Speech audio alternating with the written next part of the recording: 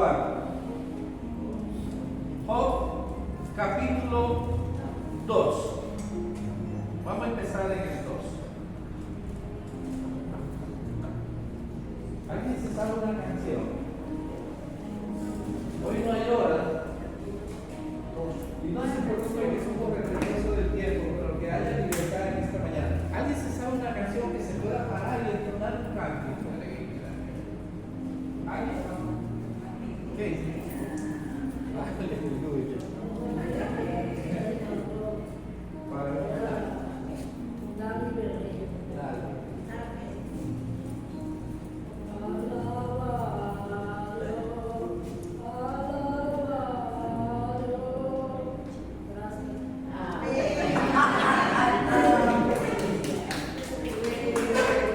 capítulo 2, versículo 11. ¿Quién lo tiene?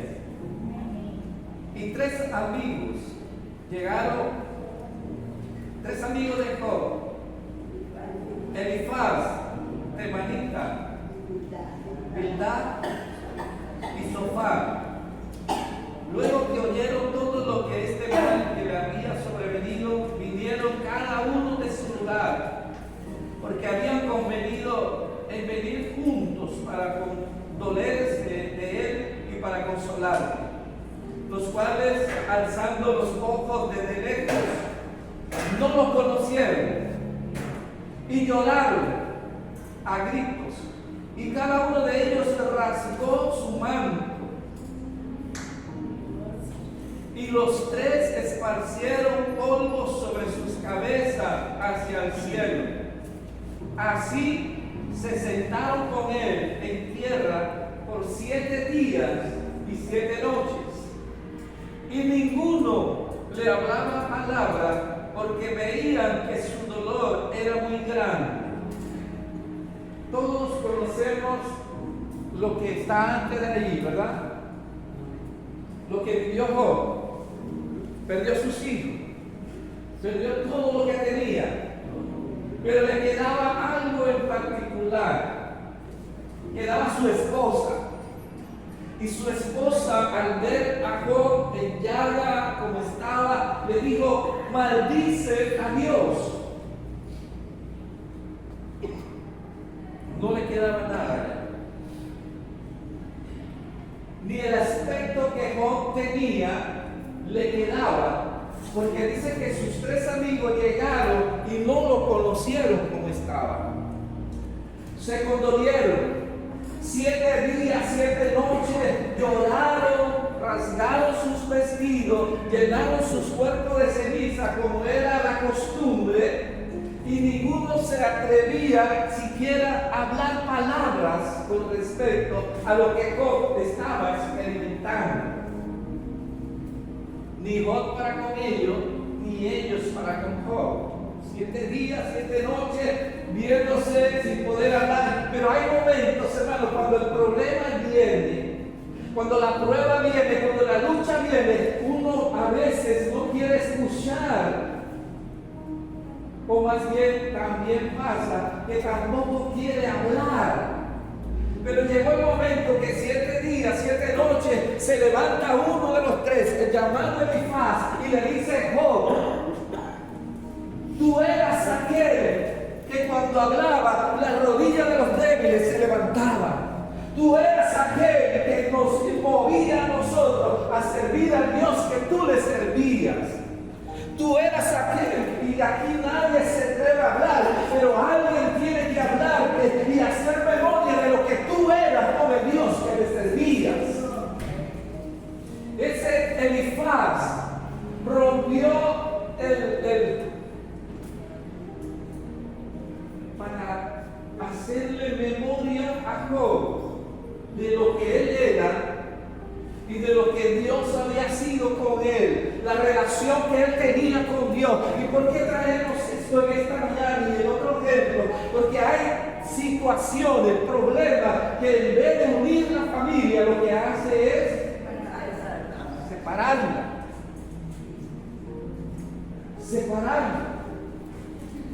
Le pasó a Job. Su propia esposa le rechazó y le dijo: mal maldice, acudió o se encerró.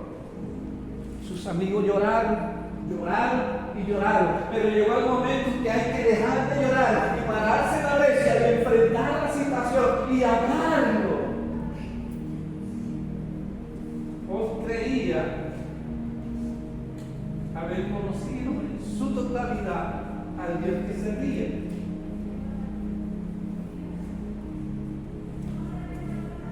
¿Sabe qué pasa? Que cuando hay este tipo de situaciones, incluso llegamos a renegar en contra de Dios. ¿Qué hizo Job? Empezó a maldecir el día en que había nacido. Maldijo la noche en la cual se dijo varones. Maldijo porque era tanta el sufrimiento que él estaba teniendo que prefería morir a enfrentar. Y empieza uno en esa condición muchas veces hasta decirle: Señor, no escucho, no te siento, estás lejos, estoy luchando solo. Pero no, nunca hemos estado solos.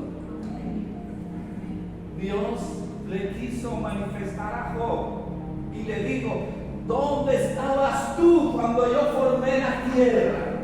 ¿Dónde estabas tú cuando le puse el límite a los mares? ¿A dónde estabas tú cuando las estrellas de los cielos fueron creadas? Es decir, le estaba diciendo: no has entrado en este proceso solo, he estado antes y lo estoy ahora.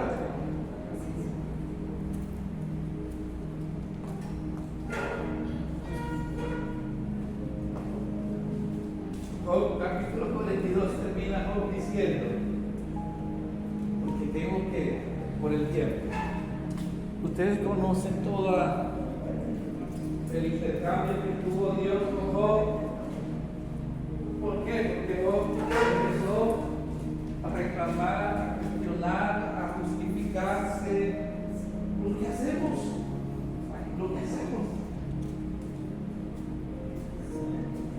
Y cuando Dios empieza a tratar realmente con Job y mostrarle todo, dice: la tierra ha estado contigo desde ahora, estaré contigo para siempre. Capítulo 42, Job termina diciendo: de oídas te había oído, creí que te conocía, creí que tenía el conocimiento pleno tuyo, pero ahora me doy cuenta que no. Escudriñas aún los pensamientos. Es decir, no ha salido la palabra de nuestros labios. He aquí tú la sabes toda, dice la palabra.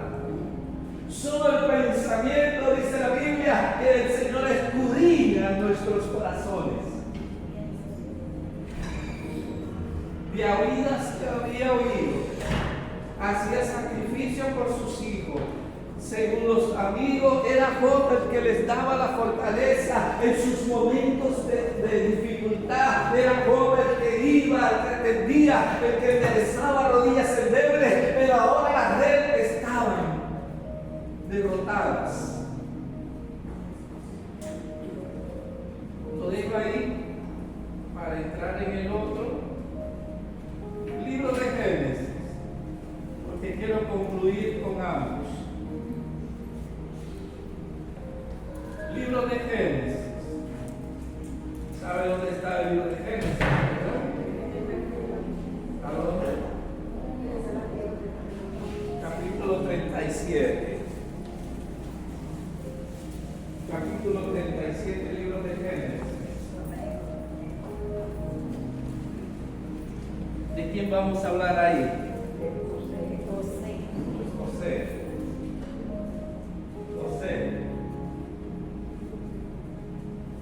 Viniendo al escriba,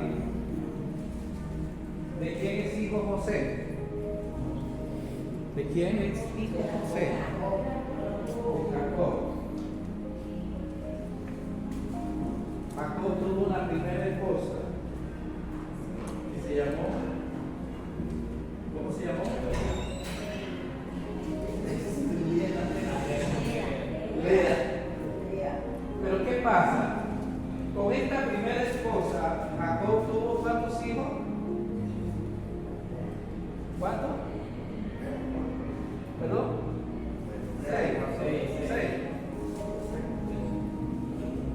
6. Luego tiene hijos con una concubina de Lea. Se llamó Silpa, ¿cierto? Y la otra es Bila.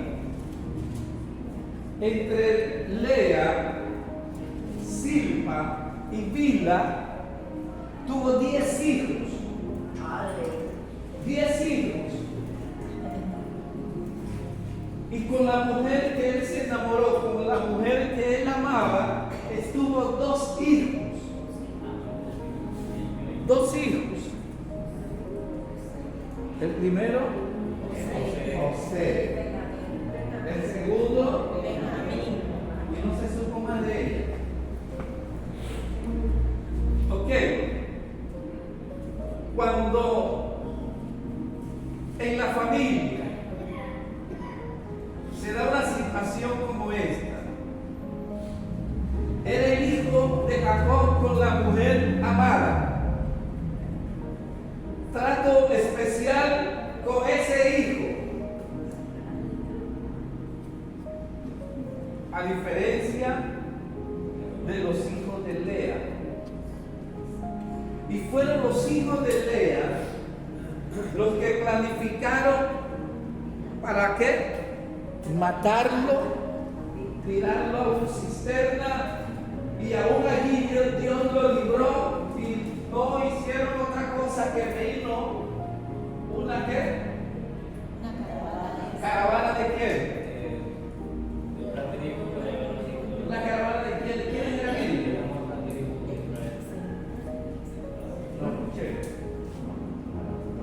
Él fue vendido a la caravana. La caravana lo llevó y lo vendió en Egipto. ¿Sí? ¿A quién se lo vendió la caravana? A Potifar. ¿Cierto? Es que no quiero perder tiempo.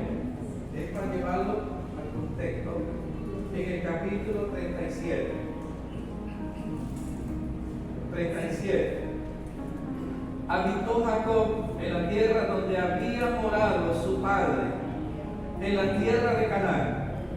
Esta es la historia de la familia de Jacob. José, siendo de edad de 17 años, apacentaba las ovejas con sus hermanos, y el joven estaba con los hijos de ¿quién?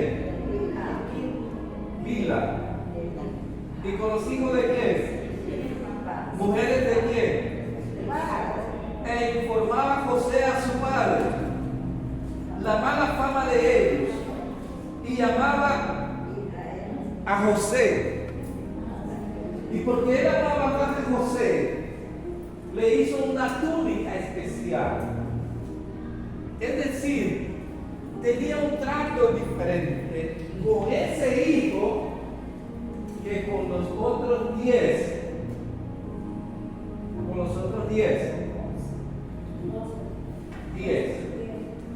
12 hijos, 6 con Lea, 2 con Silpa y 2 con Bila. 10.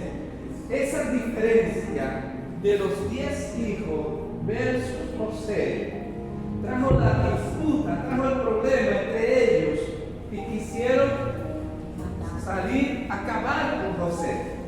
Lo vendieron, dijimos, ¿ok? Fue llevado a Egipto. Quisieron matarlo, lo tiraron a la cisterna, lo vendieron a la fuerza. ¿Qué creó en José? Una herida, un problema, una diferencia con sus hermanos.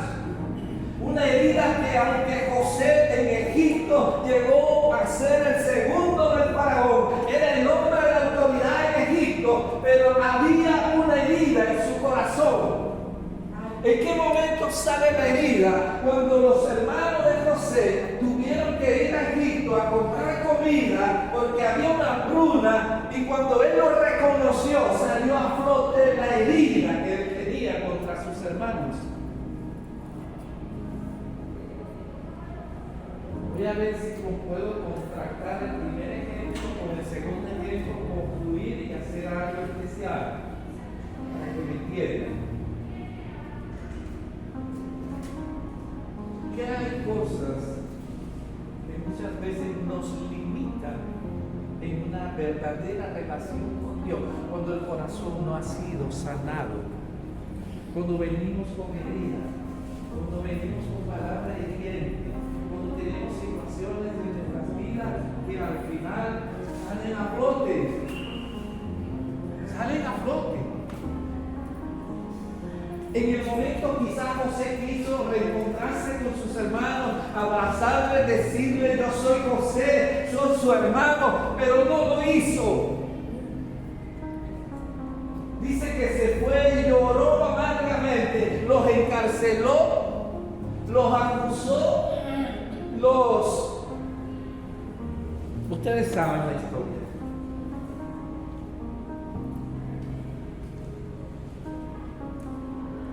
No podía ejercer el liderazgo que Dios le había dado por semejante herido en su corazón en contra de sus propios hermanos, por lo que le habían hecho era justificado. Cuando nosotros no abrimos nuestro corazón, cuando nosotros no realmente tenemos la intención de sanar nuestro corazón, nuestras heridas, saldrán a flote siempre. Saldrán a flote siempre. Y nos va a limitar a tener un verdadero encuentro con el Señor, amándonos todos, perdonándonos los unos a los otros. ¿Qué hace José? Se le salió y les dio: ustedes tienen otro hermano. Ese sí era su verdadero hermano, de padre y de madre, Benjamín. Pero ese Jacob no lo mandaba con él, los otros hermanos. A ese lo cuidaba, porque ese era hijo de Raquel, su mujer amada. A ese no lo mandó a comprar alimento, a ese lo resguardó y lo dejó. Y José le dijo: ustedes tienen otro hermano.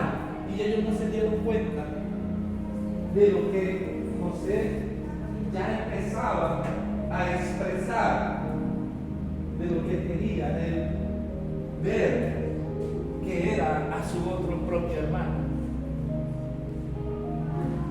Planifica.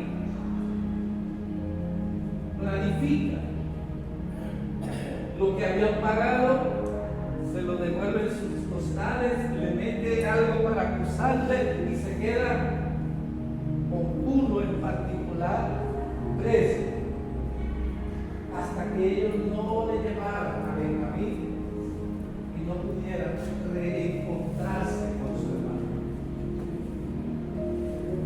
Hasta que José, habiendo tenido semejante liderazgo, el segundo de autoridad en Egipto, el hombre que había usado Dios para producir el alimento y abastecer a toda la región en hambruna, entendió que tenía que sanar su corazón y ser el instrumento en el momento para traer a su familia y respaldarla en Egipto. Pero tuvo que sanar su corazón. Job tuvo que entender que todo lo que él hacía, conocía, no abarcaba lo que era el Dios que él servía, hasta que no vivió y experimentó, luchó, batalló, hasta que Dios le mostró lo que él era y lo que él estaba pasando y por qué él estaba pasando. José, hasta que él no pudo sacar los sentimientos que tenía contra sus hermanos, no pudo sanar su corazón y perdonarles, llevarlos, abrazarles, reencontrarse con sus padres y con su hermano Benjamín, que ese no conspiró contra él. Lo dieron por muerto.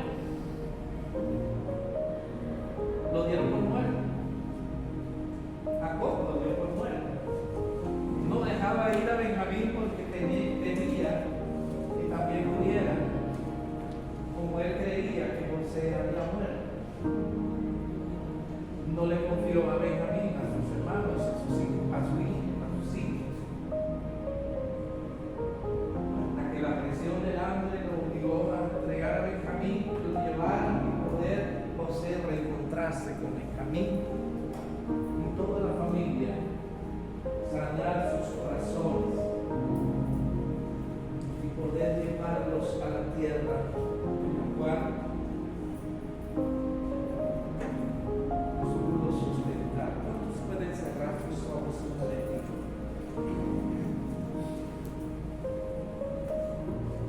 Yo dije que iban a hablar y he hablado solo. He hablado solo. Si hay alguien en esta mañana que sienta con los ojos cerrados ahí, traer un testimonio, una vivencia, no sé, algo que pueda identificar en esta mañana en este lugar. O si usted empieza a revisar, a escudriñar, si hay resentimientos, si hay heridas, si hay situaciones en las cuales llega el momento, salen a flote, sacan a luz, revelan que hay algo que no le has permitido al Señor sanar en tu corazón. Es una mañana para sanar heridas y para creer que en Dios hay algo más de lo que creemos y hacemos. Ahí donde está, solo reflexionen esta mañana. Si José no se dispone a sanar semejantes heridas, no fue una. Cuando José vino a ver los sueños, cuando entendió los sueños, cuando entendió el sueño, no cuando había producido, no cuando había hecho todo en Egipto, él entendió el sueño cuando vio a sus hermanos llorando delante de él. Uno de los sueños, él lo veía a sus hermanos postrados a sus pies, y fue en Egipto cuando José vio cumplido ese sueño, cuando sus hermanos se postraron y lloraron, se reconciliaron, derramaron sus corazones, sus heridas. Ellos hallaron la tranquilidad y José pudo sanar su corazón.